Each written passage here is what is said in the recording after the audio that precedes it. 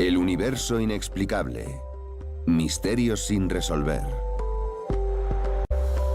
Misterios del origen de la vida en el universo. Hollywood no fue el primero en imaginarse a los extraterrestres y preguntarse cómo podrían ser. A todos nos entretienen, por supuesto. Una parte de nuestra energía intelectual se cuestiona qué aspecto tienen, de dónde son, cómo han llegado hasta aquí, qué comen. Pero ellos no han sido los primeros. Ha sido uno de los pasatiempos favoritos del hombre desde hace muchos siglos.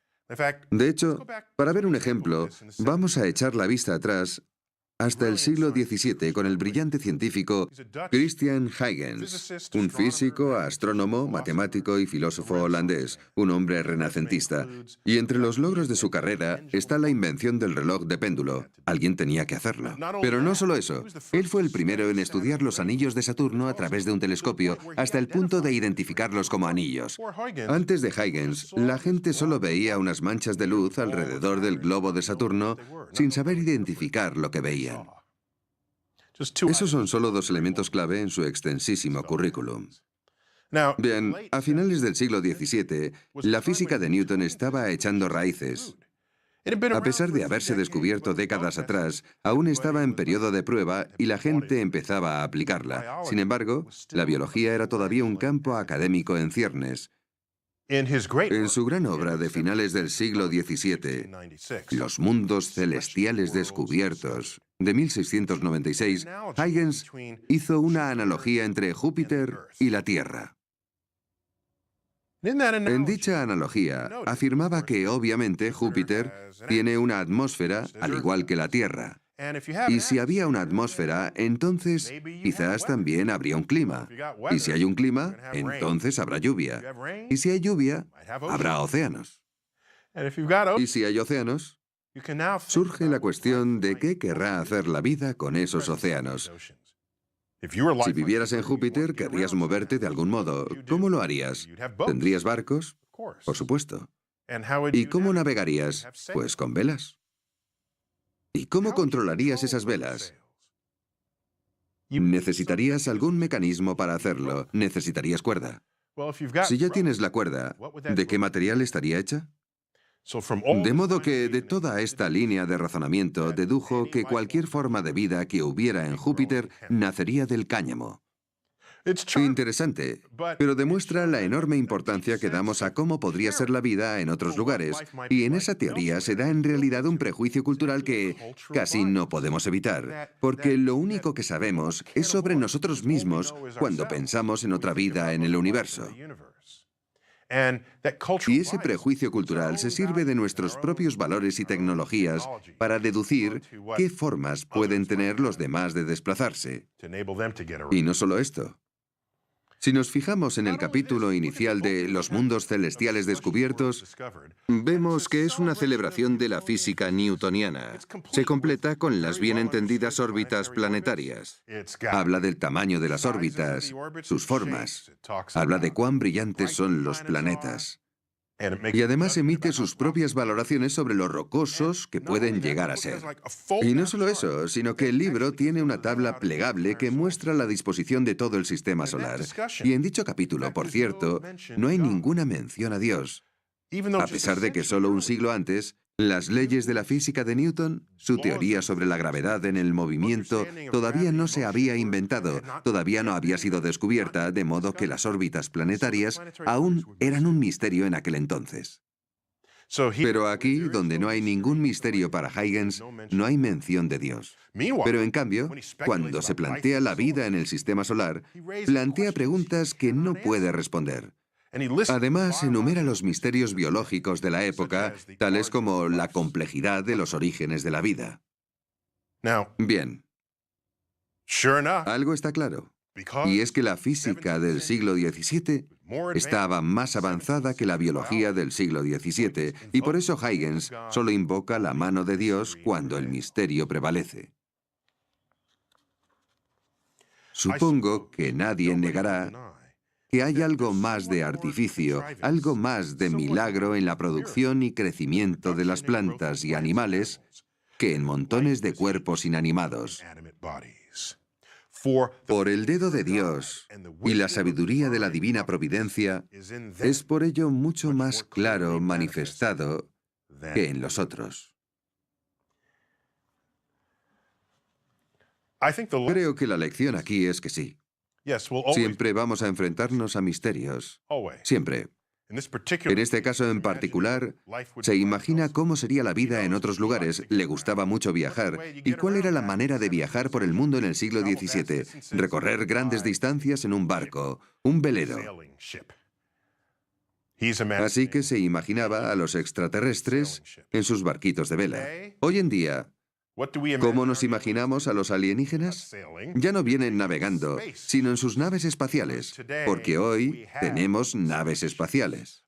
Lo que nos lleva a preguntarnos si dentro de unos siglos, con los nuevos aspectos de nuestra cultura y nuestra civilización, estaremos aplicando esas novedades al transporte de los extraterrestres del futuro. Orígenes. La pregunta más difícil que se puede plantear en una investigación científica es ¿cuál es el origen de una cosa? Y es un reto, se involucre o no la vida en dicha cuestión. Y es por una razón obvia. Prácticamente todo lo que hemos estudiado en la vida ya existía. Así que se puede estudiar su pasado y observar su presente. Y tal vez extrapolarlo a su futuro. De ese modo, se construye una línea de tiempo de su vida. Así es como se hace. Pero, ¿cómo empezó todo? ¿Qué pasó al principio? ¿Qué pasa con la transición entre lo existente y no existente? En el universo, el conocimiento del nacimiento de nuestro Sol normalmente sería completamente inaccesible, porque ¿cómo vamos a remontarnos hasta esa época? No podemos. Afortunadamente, existen miles de millones de estrellas en nuestra galaxia, en todas las fases de la vida y la muerte. Así que podemos utilizarlas como representación de nuestros pensamientos sobre el Sol. Podemos deducir cómo nació el Sol. Y podemos deducir cómo nacieron los planetas que lo rodean observando cuidadosamente las enormes nubes de gas y polvo que hay en nuestra propia galaxia. Esto requiere telescopios especiales, por supuesto, no solo para ver la superficie de las nubes, sino mediante longitudes de onda de la luz para cavar más profundo y ver dónde está toda la acción. Pero con la vida en la Tierra, por lo que sabemos, solo hubo una génesis. Y si solo hubo una, no hay manera de comparar otras formas de vida que nacieran por separado de la nuestra, que tengan diferentes orígenes. Regresemos entonces. Vamos a imaginar que en algún momento hubo una conversión de moléculas orgánicas inanimadas en las que se incluyen elementos tales como el carbono, el hidrógeno, el oxígeno y el nitrógeno.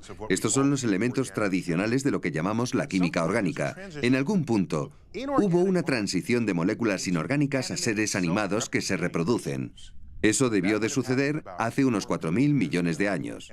Y esa transición, hoy en día, sigue siendo inaccesible para nosotros y, por lo tanto, sigue siendo un misterio. Debido a esto, cuestiona en gran medida nuestros esfuerzos por duplicar ese fenómeno en el laboratorio.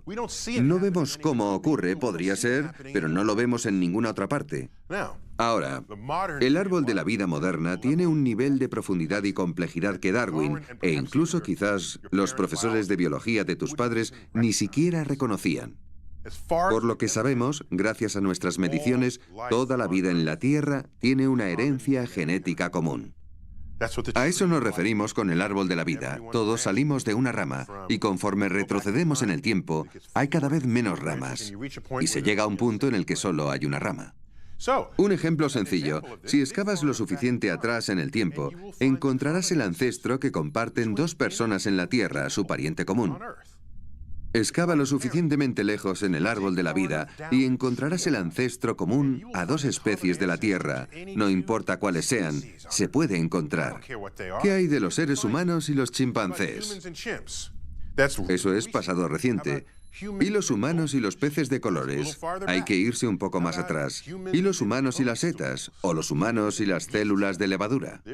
Hay un punto en el que se encuentra el nexo entre las dos ramas de la vida moderna.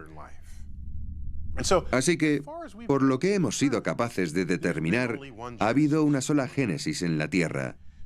Así que, para poder entender la vida y entender cómo llegamos hasta aquí, lo que necesitaríamos sería una segunda génesis en la Tierra, o un conjunto de planetas en los que se dieran diferentes etapas de la formación de la vida, tal y como hicimos para estudiar la formación de estrellas y planetas en la galaxia. Esta es otra de las motivaciones a la hora de buscar otros sistemas planetarios en el espacio exterior. Si en ellos encontramos vida, haríamos un gran inventario de todo y después compararíamos y contrastaríamos. Así que lo que tenemos que preguntarnos, no obstante, es, puesto que en la Tierra todo sucedió muy deprisa, todo lo deprisa que se puede esperar se llevó a cabo en un par de millones de años, ¿por qué no ha habido un segundo árbol de la vida en la Tierra, o varios, coexistiendo en paralelo? La Tierra primitiva. Todos los datos que se conocen sobre la historia de los fósiles en la Tierra nos muestran que la vida comenzó casi tan pronto como las condiciones terrenales lo permitieron. Durante los primeros 500 millones de años aproximadamente, de los 4.500 millones de años de historia de la Tierra, el planeta aún se estaba formando, seguía acretando material sobrante del sistema solar naciente. A este periodo se le conoce como el bombardeo intenso tardío. Y la palabra acreción, como decimos en astrofísica, es solo un eufemismo para describir los continuos impactos de cometas y asteroides con planetesimales. Es decir, planetas que aún no se han formado del todo, pero si chocan se desintegran y pasan a formar parte de ese material en lugar de otro planeta que podría haberse formado. ¿De acuerdo? Ese es el proceso mediante el que la Tierra despeja su órbita, manteniendo caliente la superficie de la Tierra. Porque cada vez que uno de estos objetos choca, el terreno circundante se calienta. Y en esas condiciones, bajo esas temperaturas, no se pueden formar moléculas complejas, pues las moléculas grandes y complejas se destruyen en presencia de calor. Y al fin y al cabo, ¿qué es la biología sino la expresión más compleja de la química que conocemos? Bien, después del bombardeo intenso tardío, no hicieron falta más que 200 millones de años. Puede parecer mucho, pero no lo es. Solo son un 0,02 billones de años en la historia de la Tierra. Empecemos a contar el tiempo tras el periodo del bombardeo intenso tardío. Y ahora nos preguntamos, ¿cuánto tiempo se tarda en obtener la primera prueba de vida en la Tierra? 200 millones de años. Es decir, una vez que la Tierra se enfrió para permitir la formación de moléculas complejas, para empezar. Así que me veo tentado a preguntarme si la vida se formó tan rápido en esa época, prácticamente tan pronto como era posible, entonces, ¿por qué no se sigue formando vida en esta tierra fértil recién nacida? ¿Por qué no puede haber múltiples orígenes genéticos de la vida? ¿Por qué no hay múltiples árboles de la vida coexistiendo, formándose, muriendo y volviendo a formarse? 4.000 millones de años es mucho tiempo. Si ocurrió, si de verdad hubo árboles de la vida simultáneos, no hay rastro de ello. Y si fue así, nuestro árbol de la vida fue mucho más fructífero en la explotación de los recursos de la Tierra que cualquier otro árbol de la vida que pudiera haber estado compitiendo con nosotros. Y al final, fue nuestro árbol de la vida el que ganó. No estábamos allí en aquel entonces, pero los fósiles nos hablan de un solo árbol de la vida, de modo que realmente no podemos saberlo. Extremófilos. Una de las ramas del árbol de la vida que se ha establecido hace solo un par de décadas es la comunidad de organismos conocidos como extremófilos. Y como su nombre indica, se trata de amantes de los ambientes extremos. Unos ambientes que nosotros, los humanos, encontraríamos hostiles e incómodos. Lejos queda la época en que nos imaginábamos que toda vida en la Tierra requería de un lugar cálido, a temperatura ambiente, para poder evolucionar. Los extremófilos prosperan en temperaturas altas, bajas, con alta acidez o baja acidez, alta presión o baja presión, todo tipo de ambientes extremos. Estos organismos pueden con todo. Les va bien. Teniendo eso en cuenta, vamos a considerar que las recientes simulaciones por ordenador de impactos asteroides en la superficie de los planetas nos revelan que las rocas circundantes pueden ser lanzadas al espacio evitando la fuerza gravitacional del planeta donde fueron halladas. Ese es un hecho interesante. Nos quedamos con ese hecho también. Bien. Tenemos la existencia de microbios extremos. Los microbios que pueden prosperar en ambientes extremos. También tenemos rocas que pueden lanzarse al espacio interplanetario, lo que les permitiría algún día aterrizar en otros planetas con el tiempo debido. Los cálculos muestran que, por ejemplo, rocas de Marte han llegado hasta la Tierra, rocas de la Tierra han ido a parar a la Luna y a Marte, y así sucesivamente por todo el sistema solar. Ahora, hay pruebas que demuestran que hubo agua líquida en el Marte primitivo. Pruebas verídicas. Pero Marte está completamente seco hoy. Pero miremos las características de su superficie. Hay cauces secos que serpentean. Y hay llanuras aluviales y lechos de lagos. Todo completamente seco hoy. Seco como una pasa. Algo malo sucede en Marte. No sabemos qué, pero algo malo. En su día, sin embargo, suponemos que Marte fue todo un oasis. Por lo tanto, puede ser cierto que Marte fue húmedo y fértil mucho antes de lo que lo fue la Tierra. De ser así, quizás cabe la posibilidad de que hubiera bacterias polizones en Marte, escondiéndose en los rincones y grietas de las rocas que salieron disparadas al espacio. Algunas de esas rocas pudieron haber hecho el viaje desde Marte a la Tierra. Supongamos que tenía una gran diversidad de microbios, microbios de los que les gustan los entornos cálidos, así como microbios que pueden prosperar en condiciones adversas. Entonces, solo aquellos microbios que sobrevivieron al frío, la sequía, la radiación intensa del espacio, habrían sobrevivido, otorgando vida a la Tierra primitiva, otorgando a la Tierra primitiva los extremófilos. Esto se conoce como panspermia. Y ello implica, si es cierto, que toda la vida de la Tierra desciende de los marcianos.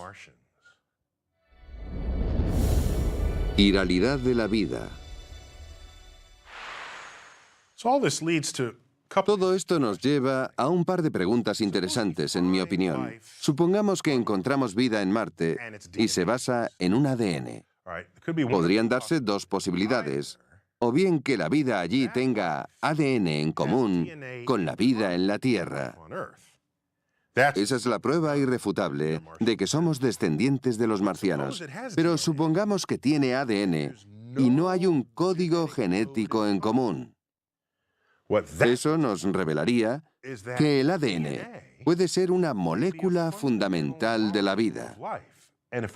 Y si quisiéramos encontrar vida en cualquier otro sitio, tendría que ser basándonos en el ADN. Su ADN no tendría nada en común con el nuestro, puesto que no han evolucionado conjuntamente aquí.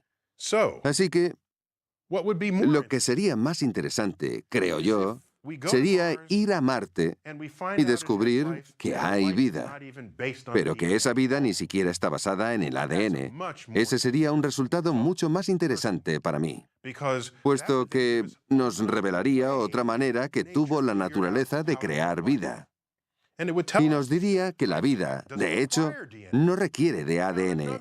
Encontró otra manera de codificar la identidad, de averiguar cómo hacer que una criatura sea diferente a otra. Si tenemos todo esto en cuenta y cavamos más profundo, lo que encontramos es que la vida en la Tierra no es sencilla. ¿Se basa en el ADN o no? Por supuesto que sí. Pero hay otro aspecto que también es cierto, del que casi nunca se habla, y es el hecho de que las moléculas complejas, casi todas ellas, tienen una especie de mano dominante. No son la misma a un lado del espejo y al otro, y sin embargo, son químicamente idénticas. Como ejemplo, si coges un guante de la mano izquierda, y lo miramos a través de un espejo, ese guante en el espejo será un guante de la mano derecha, y viceversa. Por lo tanto, es posible tener un producto químico que es idéntico a otro producto químico en la teoría. Pero si lo estudiamos bien, veremos que es diferente en el espejo a lo que tú ves a este lado del espejo. Un ejemplo muy famoso, mi ejemplo favorito, es el de la molécula que da el sabor que obtenemos de la hierbabuena. Si escribimos la fórmula, es idéntica a la del sabor del comino, mismo número de átomos en la misma secuencia. Pero uno de ellos tiene la orientación de la mano izquierda y el otro, el de la diestra, y nuestras papilas gustativas distinguen los dos sabores. Y, por supuesto, el sabor de la hierbabuena y el comino no tiene nada que ver. No hay relación entre uno y el otro. Sin embargo, es la misma molécula. Resulta que la vida es abrumadoramente zurda. Las moléculas orgánicas están en los meteoritos, porque de hecho las moléculas orgánicas se pueden formar en el espacio interestelar, en el espacio intergaláctico y en el espacio interplanetario. Estas moléculas son perceptibles por todo el universo. Cuando encontramos moléculas orgánicas en los meteoritos y nos preguntamos cuántas de ellas serán zurdas y cuántas de ellas diestras, la respuesta es 50-50. Sin embargo, esas mismas moléculas, cuando nos fijamos en ellas en la vida en la Tierra y nos inclinamos por las que son zurdas o diestras, el 100% de ellas serán zurdas. Lo cual te hace plantearte, ¿habrá otro planeta ahí fuera como el nuestro, salvo porque allí sus moléculas son diestras? Es una pregunta muy interesante. ¿O por qué no hay un ecosistema coexistente en la Tierra en el que se desarrolle este régimen diestro? Entonces podemos preguntarnos, porque aún no está bien estudiado, podemos cuestionarnos, ¿hay algún tipo de ventaja de una mano sobre la otra, una ventaja inherente, ya sea en la búsqueda de fuentes, o tal vez dos formas de vida? Si una no interactúa con la otra, podría ser que no se puede derivar el alimento de la vida con la mano derecha frente a la vida con la mano izquierda. Ese sería un planeta interesante en el que vivir. Tendrías que saber de antemano cuál es tu presa. ¿Es zurda o diestra en su construcción molecular? Es una película de ciencia ficción que aún no se ha filmado, o un libro que espera a ser escrito. Yo desde luego lo compraría. La inteligencia. Tengo otra pregunta. ¿Cuán inteligentes son los seres humanos? Es curioso porque somos nosotros los que daremos esa respuesta. Y así, si definimos lo que significa ser inteligente, entonces, ¿cómo de preciso será a escala cósmica? Cuando buscamos vida inteligente en el universo, tratamos de establecer unos criterios por los que juzgar si la civilización es o no inteligente. Y somos tan atrevidos que incluso pensamos que estaríamos en posición de comunicarnos de manera significativa con las especies vivas de otro planeta. ¿Por qué digo esto? Porque no podemos, ni siquiera podemos comunicarnos de manera significativa y profunda con cualquier otra especie de la vida en la Tierra. Y los otros seres de la Tierra son criaturas con las que compartimos ADN. Lo que quiero decir es que, a pesar de que pienses que puedes hablar con tu perro, no son conversaciones profundas. No son el tipo de conversación que te imaginas teniendo con un extraterrestre. Por eso, me cuestiono nuestra audacia al decir que somos inteligentes. Podríamos mantener una conversación con cualquier otra especie inteligente.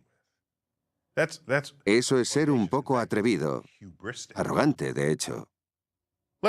Vamos a profundizar en esto. Vamos a explorar qué significa. Vamos a comparar la inteligencia humana, como la definimos, con la de un chimpancé, utilizando nuestras propias definiciones. Nuestro ADN es casi idéntico al del chimpancé. La diferencia es insignificante. La diferencia entre el ADN de un chimpancé y los seres humanos es menos del 1%. Por cierto, esta comparación sería válida con cualquier otro animal. De acuerdo, pero resulta más esclarecedor si nos comparamos con los chimpancés. Podría hacer la misma comparación con los perros, pero prefiero hacerlo con chimpancés porque son el pariente más cercano. Así que solo hay un 1% de diferencia entre nosotros. Y si lo pensamos, ¿qué gran diferencia puede marcar ese 1%? Escribimos poesía, tenemos la filosofía, tenemos la tecnología, tenemos la 9ª sinfonía de Beethoven, hemos descubierto la física cuántica, hemos construido el telescopio espacial Hubble. Pero, ¿qué pueden hacer los chimpancés más inteligentes? Básicamente lo mismo que un niño humano. Incluso se les da bien algún lenguaje de signos rudimentario. Tal vez sean capaces de apilar cajas para llegar hasta un plátano o algún otro objeto de interés. Los niños también pueden hacer eso. Sin embargo, ese es el comportamiento de los chimpancés más inteligentes. Una vez más, estamos definiendo lo que consideramos ser inteligente. Ahora, imagina si quieres una especie de vida, una especie alienígena tal vez. Seguramente su inteligencia genética sea un 1% superior a la nuestra. Así como nuestra inteligencia es un 1% genéticamente superior a la del chimpancé.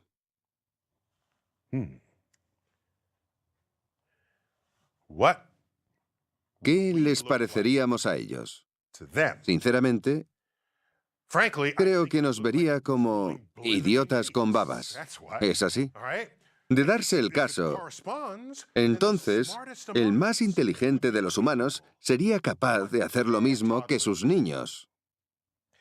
Imagínate sus investigaciones de los humanos, analizando a Stephen Hawking y comentando, mira, sabe hacer cálculos de astrofísica de cabeza, lo mismo que nuestro pequeño Timmy en preescolar. Probablemente es lo que dirían sobre nosotros porque eso es lo que decimos nosotros acerca de los chimpancés.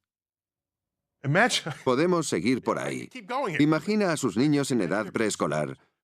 Traerían a casa sus óperas recién compuestas para colocarlas en la puerta de la nevera, y nosotros, en cambio, ¿qué traemos a casa? Collage hechos de pasta. Sus preescolares llevarán a casa derivaciones de cálculo en lugar de dibujos pintados con los dedos. ¿Nos considerarían inteligentes esas especies? ¿Nos esclavizarían y nos meterían en un zoológico? ¿Nos daríamos cuenta siquiera si lo hicieran? De hecho, ¿es la Tierra un zoológico para su propio entretenimiento? Si son mucho más inteligentes que nosotros, sería solo un ejercicio trivial en su cultura. Porque nosotros lo hacemos con otras criaturas que no son tan inteligentes como nosotros. Bien, lo que más nos aterra es quizás el pensamiento de que pueda haber una especie así ahí fuera. Esa especie ha peinado la galaxia en busca de vida inteligente. Esa especie ha visitado la Tierra, ha observado nuestra forma de actuar, nuestra cultura, y llegó a la conclusión, en base a todos los datos que recopiló sobre nosotros, los que vivimos en la Tierra, que aquí no hay ninguna señal de vida inteligente.